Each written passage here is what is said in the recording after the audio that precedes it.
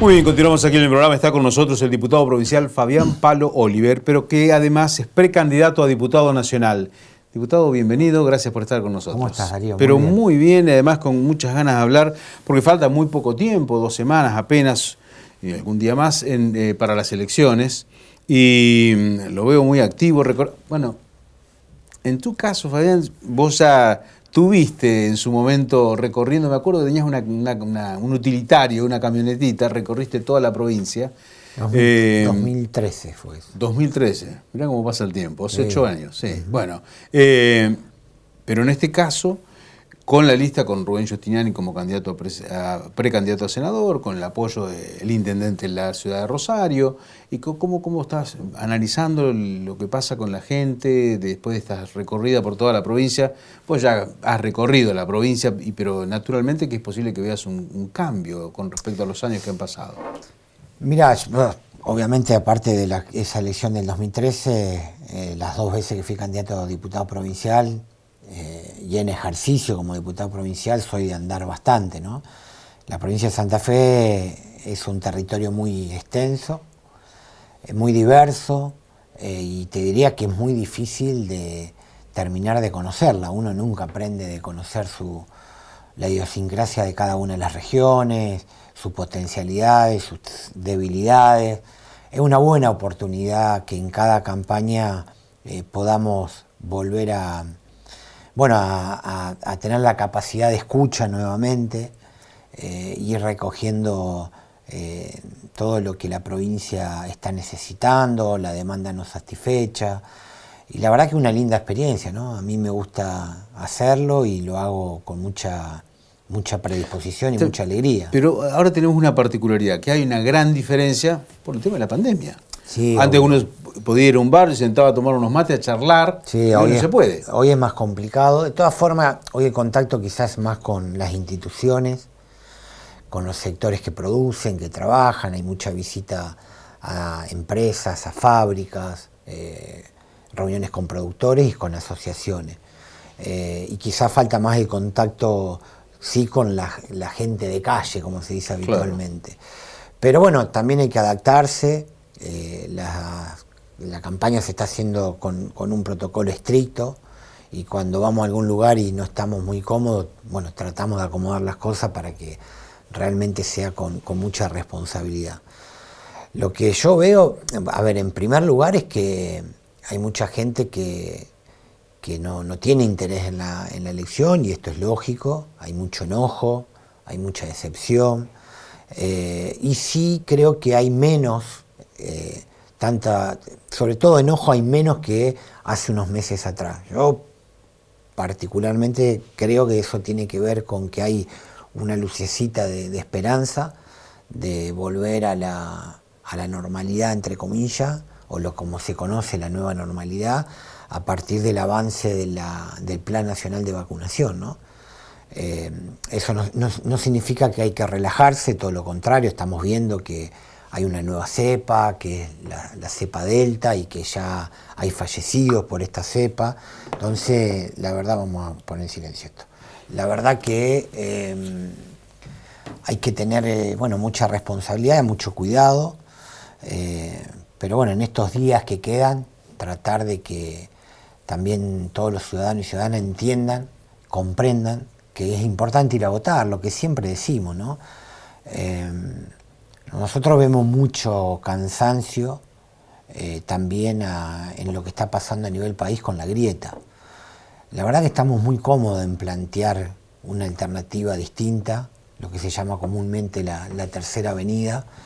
No es la primera vez que a nosotros nos sucede que en un proceso electoral debemos romper esa polarización que hay tan fuerte entre Juntos para el Cambio y el Frente de Todos.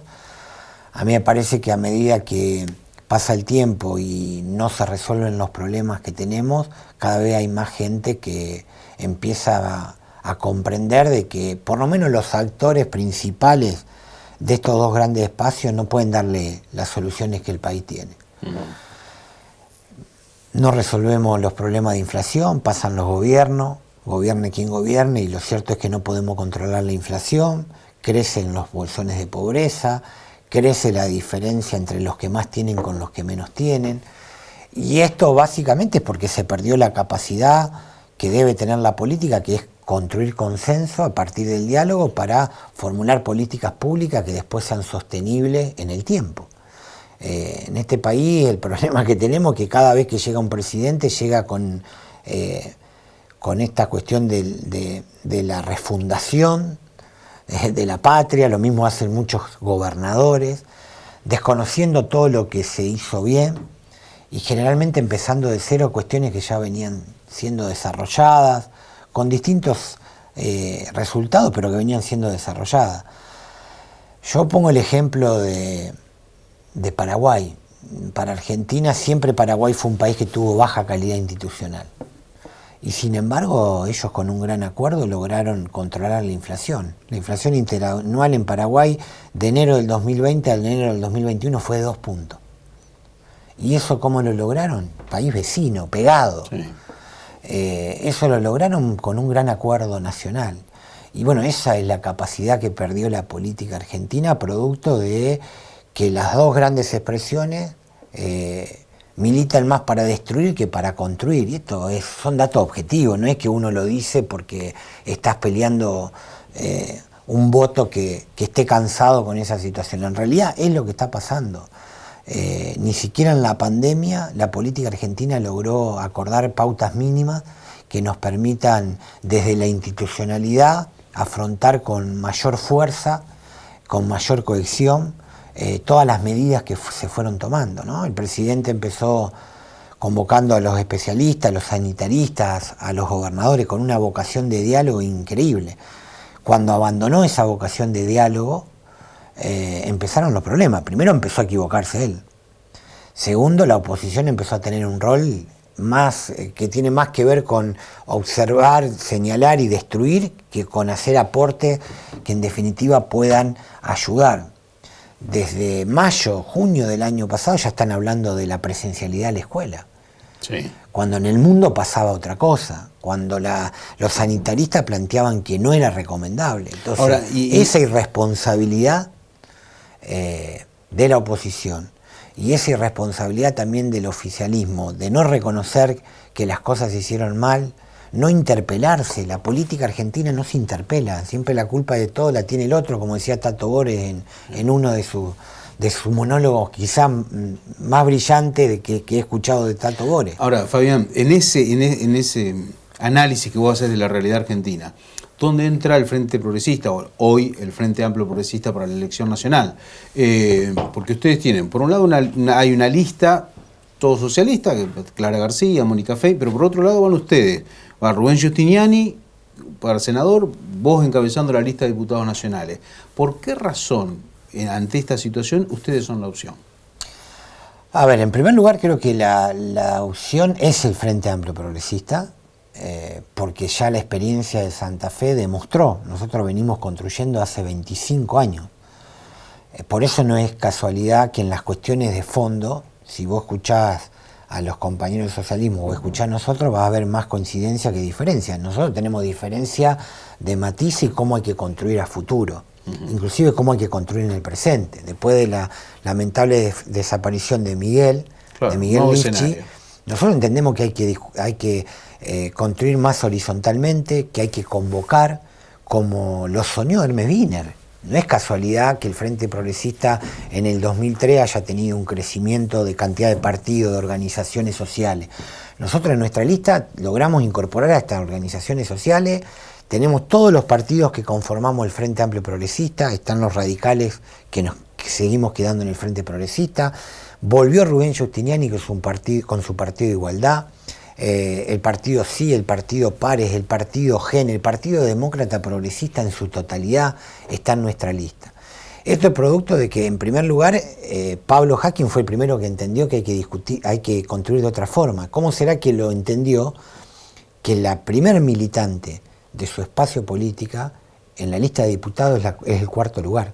O sea, con esto quiero decir que la generosidad de Pablo fue tal de que su espacio político recién tiene en la lista de diputados el 4º lugar y en la lista de senadores ninguno. Primero va Rubén Giustiniani, segundo María Eugenia Smuck, que es la presidenta del Consejo, que es de nuestro espacio.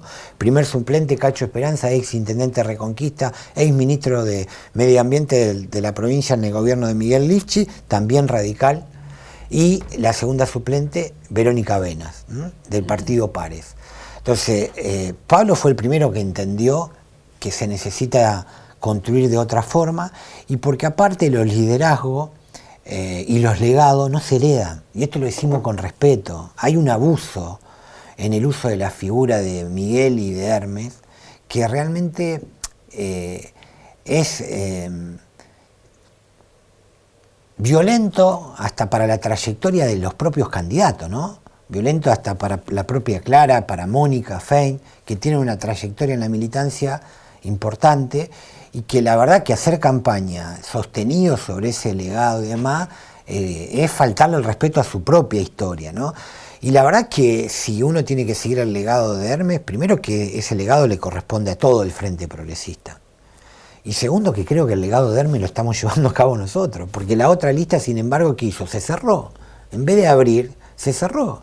Se cerraron una candidatura, que es la candidatura a senador, armaron una lista socialista. O sea, la lista del Frente Amplio Progresista es la nuestra, y sinceramente así eso expresa lo que el Frente Amplio Progresista pretende ser, que es la confluencia de partidos progresistas en la provincia de Santa Fe, y la posibilidad cierta que a futuro se siga construyendo con esa forma. Nosotros a futuro no vemos la posibilidad de confluir en un espacio con otros partidos, por ejemplo con el PRO. Y lo decimos ayer, hoy, y lo vamos a seguir haciendo, pero no es por faltarle respeto a nadie, al contrario, es por respetar nuestra historia, nuestra ideología, nuestra formación, nuestras convicciones, y para también respetar la de ellos, porque en realidad no tenemos nada que ver con el PRO. Bueno, esa es la forma de construir, y esas son las diferencias. Ahora, la sociedad, ¿por qué? Porque también tenemos para mostrar cosas, hay que rendir cuenta en los procesos electorales. Rubén Giustiniani, desde una banca en minoría, ya demostró que se puede dialogar, que se puede construir consenso. Desde una banca minoritaria en el Senado logró la ley del 82% móvil para los jubilados y pensionados nacionales, que después Cristina vetó. Sí. La disminución de edad, en la mayoría de edad, de los 21 a los 18 años.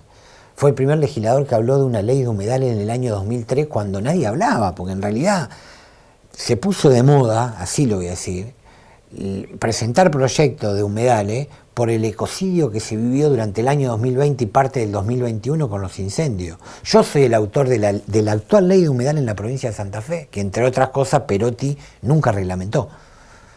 Entonces, la verdad que tenemos para mostrar que se puede trabajar desde expresiones minoritarias para construir consenso. Nosotros queremos hacer un aporte, y lo decimos con mucha humildad, pero con mucha convicción. Nosotros queremos hacer un aporte a la posibilidad de que la cultura política argentina cambie, que el ejercicio de la política en Argentina cambie, y quien tiene que cambiar es la dirigencia política, no es la sociedad. La sociedad no se equivoca cuando vota. Es mentira que hay sociedades que se equivocan. La sociedad vota esperanza, vota proyecto, vota un producto, lo que vos quieras. En una campaña electoral elige sobre distintas alternativas. Después quienes se equivocan, quienes no faltan a la palabra, quienes desconocen los programas de gobierno, somos quienes hacemos política al momento de estar en la función pública. Fabián, muchísimas gracias por tu tiempo. A vos.